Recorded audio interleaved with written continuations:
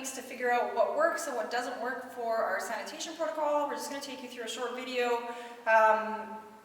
kind of detailing how we want everything done just so that we're all on the same page, and also in order to save our equipment. You may have noticed that some things are already starting to show signs of rust, and we'd really like to prevent that as much as possible.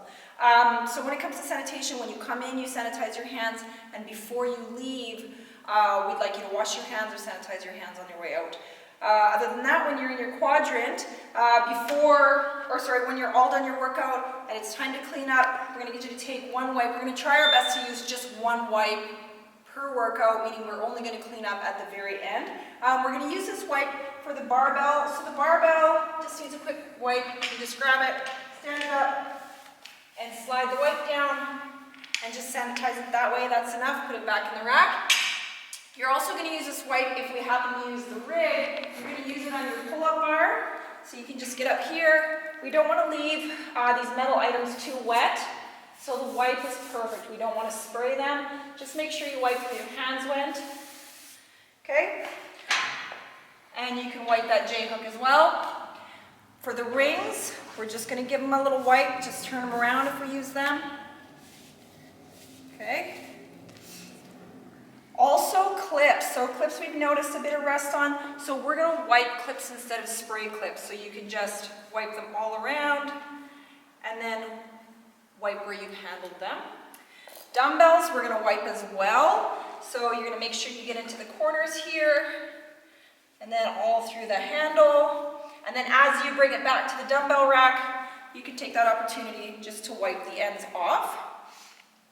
We're going to wipe sit-up mats, anywhere that we've laid or sweated. I'm going to wipe that down.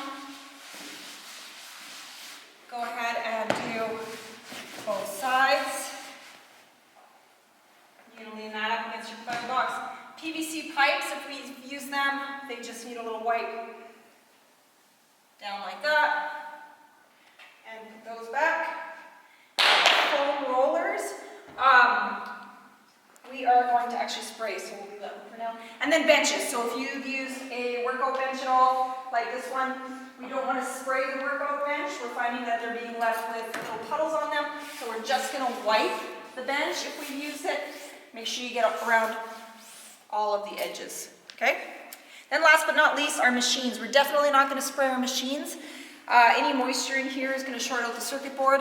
So we're going to make sure that we wipe everything on the machine that we've touched. So the buttons, the handles, all underneath here. Definitely the seat. Don't wipe the chain. And then last but not least, we're always going to want to wipe this. This is probably doesn't have germs on it. It just gets kind of grimy looking real quick. So we'll wipe that. And I think that's it for the wipes. For the spray,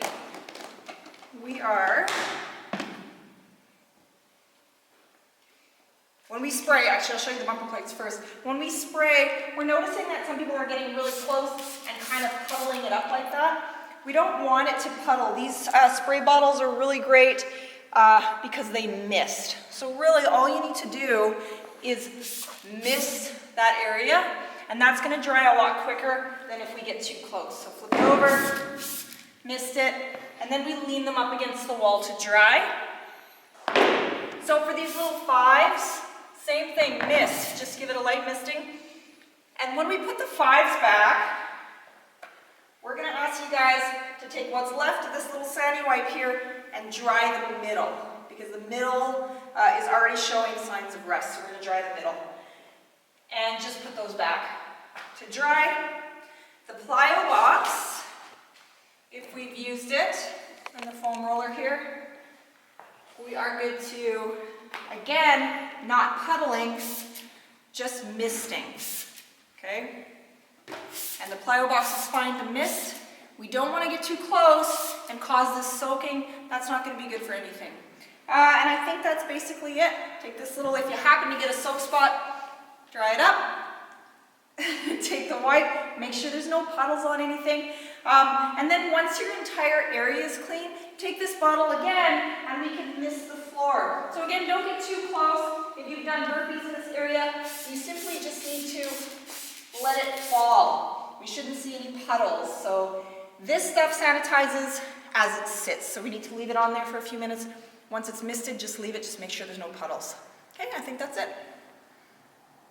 All right, thanks guys.